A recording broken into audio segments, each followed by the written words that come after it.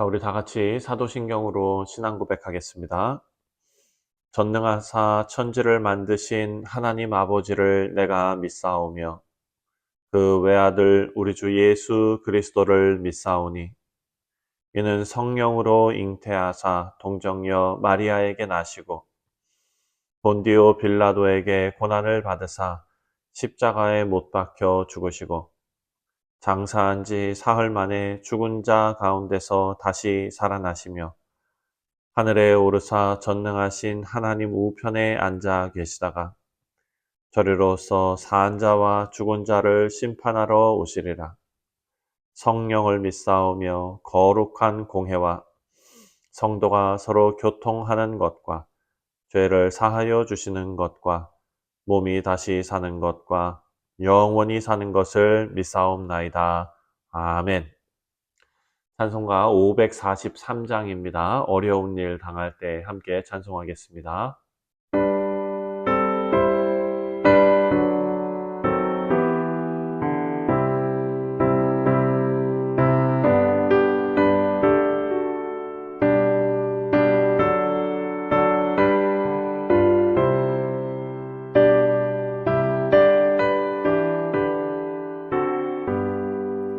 어려운 일 당할 때 나의 믿음 적으나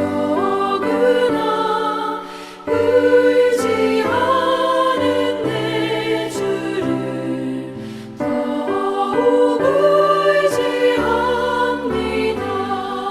세월 지나갈수록 의지할 것뿐이세.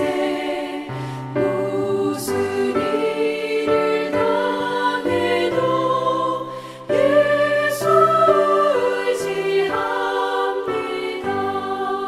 성령께서 내 마음 밝히 비춰주시니 인도하심 따라서 주만 의지합니다. 세월 지나갈수록 의지할 것뿐이세. 무슨 일을 당해도 예수 의지합니다.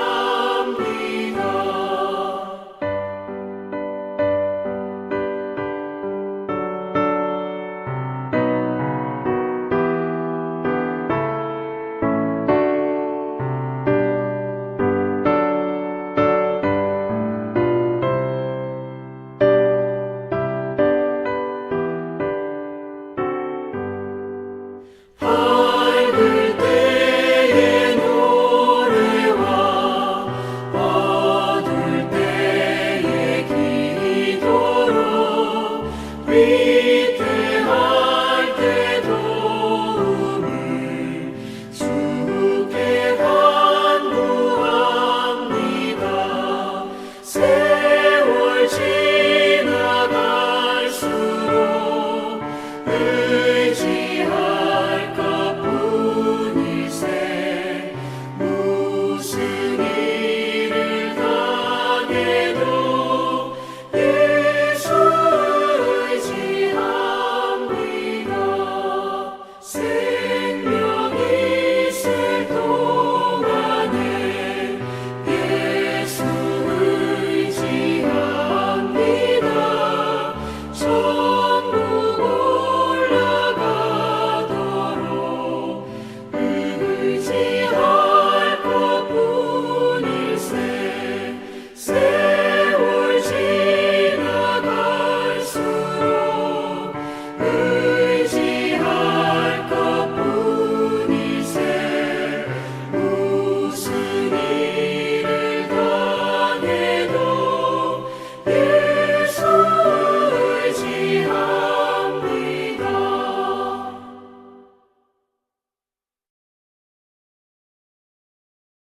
오늘 우리에게 주시는 하나님의 말씀은 예레미야 52장 1절부터 11절까지 말씀입니다.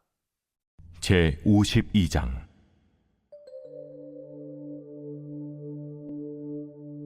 시드기야가 왕위에 오를 때에 나이가 21세라. 예루살렘에서 11년 동안 다스리니라. 그의 어머니 이름은 하무달이라 림나인 예레미야의 딸이더라. 그가 여호야김의 모든 행위를 본받아 여호와 보시기에 악을 행한지라. 여호와께서 예루살렘과 유다에게 진노하심이 그들을 자기 앞에서 쫓아내시기까지 이르렀더라. 시드기야가 바벨론 왕을 배반하니라. 시드기야 제9년 열째 달 열째 날에 바벨론 왕 느부갓네살이 그의 모든 군대를 거느리고 예루살렘을 치러 올라와서 그 성에 대하여 진을 치고 주위에 토성을 쌓음에 그 성이 시드기야 왕 제11년까지 포위되었더라.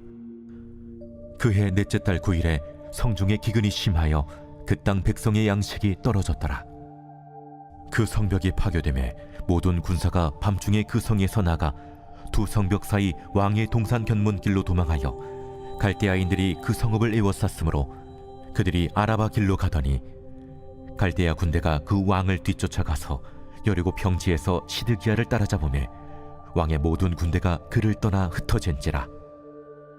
그들이 왕을 사로잡아 그를 하마 땅 리블라에 있는 바벨론 왕에게로 끌고 가매 그가 시드기야를 신문하니라. 바벨론 왕이 시드기야의 아들들을 그의 눈앞에서 죽이고 또 리블라에서 유다의 모든 고관을 죽이며 시드기야의 두 눈을 빼고 노사슬로 그를 결박하여 바벨론 왕이 그를 바벨론으로 끌고 가서 그가 죽는 날까지 옥에 가두었더라. 자, 오늘 본문 예레미야 52장은 예레미야서의 부록과 같은 역할을 합니다. 어제 본문이었던 51장 64절을 보면 예레미야서가 끝나는 것 같은 느낌을 받습니다. 64절에 말하기를 바벨론이 나의 재난 때문에 이와 같이 몰락하여 다시 일어서지 못하리니 그들이 피폐하리라 하라 하니라. 예레미야의 말이 이에 끝나니라. 네, 하나님께서는 예레미야를 통해 예언하게 하신 그 바벨론의 멸망을 다 선포하고 예레미야의 말이 이에 끝나니라 라는 표현을 통해서 바벨론의 멸망 선포를 끝으로 예레미야서가 끝나는 것처럼 읽힙니다. 그런데 우리는 52장을 읽으면서 예레미야 전체 예언의 말씀을 마무리하면서 그 부록으로 52장에 우리에게 어떤 메시지를 전해주는지에 주목해야 합니다. 먼저 52장은요, 역사적인 내용을 시작을 합니다. 시대는 다시 시드기야 시대로 돌아갔습니다. 시드기야가 나라를 다스리는데 어떤 잘못을 했고 그것이 유다의 멸망의 원인이 되었다라는 것을 지금 기록하고 있는데요. 시드기야가 두 가지를 잘못했다라고 기록하는데 첫 번째는 2절에 나온 말씀입니다. 2절에 그가 여호야김의 모든 행위를 본받아 여호와 보시기에 악을 행한지라. 자, 시드기야는 유다의 마지막 왕으로서 조상들로부터 내려오는 그 악의 사슬을 끊지 못했던 일을 시드기야의 잘못으로 말씀은 지적하고 있습니다.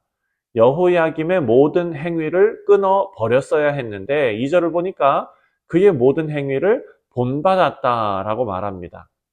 자, 오늘 본문에는요, 단순하게 여호야김의 행위를 본받았다라고 기록하지만 이 부분을 더 자세히 다루고 있는 역대하 말씀을 보면은요, 36장에 시드기야가 어떤 악행을 했는지가 자세하게 기록되어져 있습니다.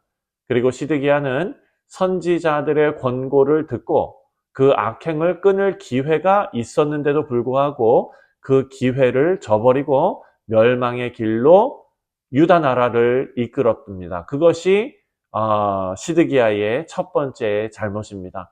두 번째는 3절에 나오는데요. 3절은 여호와께서 예루살렘과 유다에게 진노하심이 그들을 자기 앞에서 쫓아내시기까지 이르렀더라. 시드기야가 바벨론 왕을 배반하니라.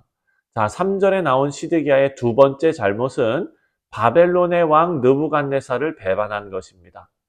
시드기야는 바벨론이 세워놓은 왕입니다. 바벨론 느부갓네살을 배신하고 애굽과 손잡고 또 주변 나라들과 함께 반바벨론 연대를 감행했습니다. 하나님의 말씀을 예언한 예레미야에 의하면 시드기야는 바벨론 왕에게 순종하면 살 수 있다라는 메시지를 분명히 들었습니다. 하지만 시드기야는 하나님의 계획을 거부한 것입니다. 결과적으로 바벨론을 배신한 시드기야로 인해서 바벨론 왕 느부갓네살이 예루살렘을 포위하고 공격해서 유다의 귀족들과 시드기야의 아들들 그리고 수많은 사람들이 목숨을 잃었습니다. 그리고 시드기야도 유다가 망하고 바벨론 감옥에서 죽게 됩니다. 자, 우리 사랑하는 성도님들, 이 말씀을 통해서 우리가 깨닫게 되는 것은 하나님의 심판이 시작이 되면 더 이상 어떤 자비도 기대할 수 없다는 것입니다. 예루살렘은 바벨론에 의해서 포위된 지 1년 6개월 만에 함락당했습니다. 시드기야는 백성들을 버리고 도망했지요. 그랬는데 바벨론에게 붙잡혀서 끔찍한 결말을 맞게 되었습니다. 여기서 중요한 것은 하나님께서 아직 기회가 있을 때 시드기야와 유다 백성들에게 처절할 정도로 회개를 촉구하셨다는 사실입니다. 하나님께서 저렇게까지 말씀하실 이유가 있을까? 이렇게 우리가 느낄 정도로 그들에게 회개의 기회를 주셨습니다.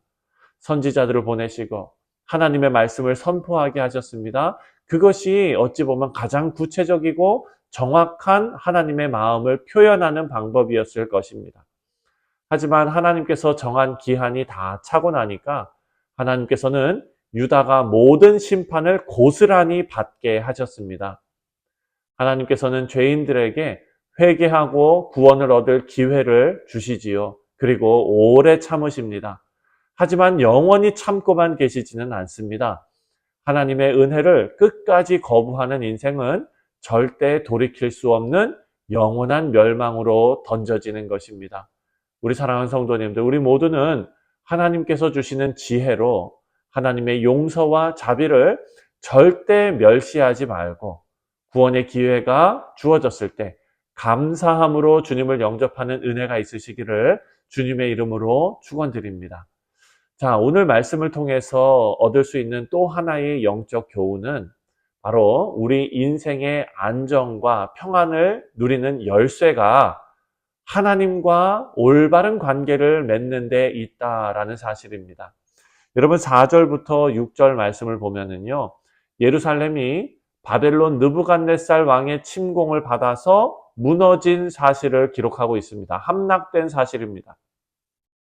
자, 예루살렘이 함락되다. 어딘가 어울리지가 않습니다. 왜냐하면 이스라엘의 역사를 보면은요. 예루살렘은 절대 함락당하지 않을 것 같은 도시였습니다. 역대하 말씀을 보면 구스 사람 세라가 이끄는 100만 명의 그 대군이 예루살렘을 공격했을 때도 막아낸 것이 바로 예루살렘입니다. 그리고 히스기야 왕 때, 히스기야 왕이 다스리던 때에 아수르 사네립이 엄청난 군사를 몰고 공격을 했을 때도 막아낸 도시가 바로 예루살렘이죠. 하지만 바벨론의 느부갓네살에게는 힘없이 무너졌습니다. 물론 바벨론의 군대가 강한 것은 우리가 모두 아는 사실입니다. 하지만 그것이 유다의 멸망의 근본 원인이라고 할 수는 없습니다. 왜냐하면 유다는요, 바벨론의 공격보다 더 심한 공격도 막아낸 적이 있는 도시이기 때문입니다. 그래서 군사력의 차이는 유다가 망한 근본 원인이라고 할 수 없습니다. 여러분, 성경이 우리에게 알려주는 유다가 망한 이유는 유다가 하나님을 배반했기 때문이다 라고 알려줍니다. 유다 나라의 기반이 되시고 보호자가 되시고 인도자가 되시는 하나님을 배신하고 떠났기 때문에 망한 것입니다.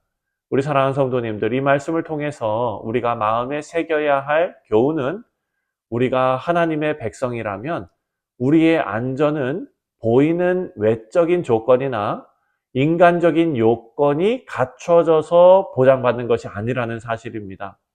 한 나라 또는 한 개인의 안정과 평안, 그리고 그 형통은 반드시 하나님과의 올바른 관계를 통해서만 얻어질 수 있다라는 사실을 우리는 꼭 기억해야 합니다.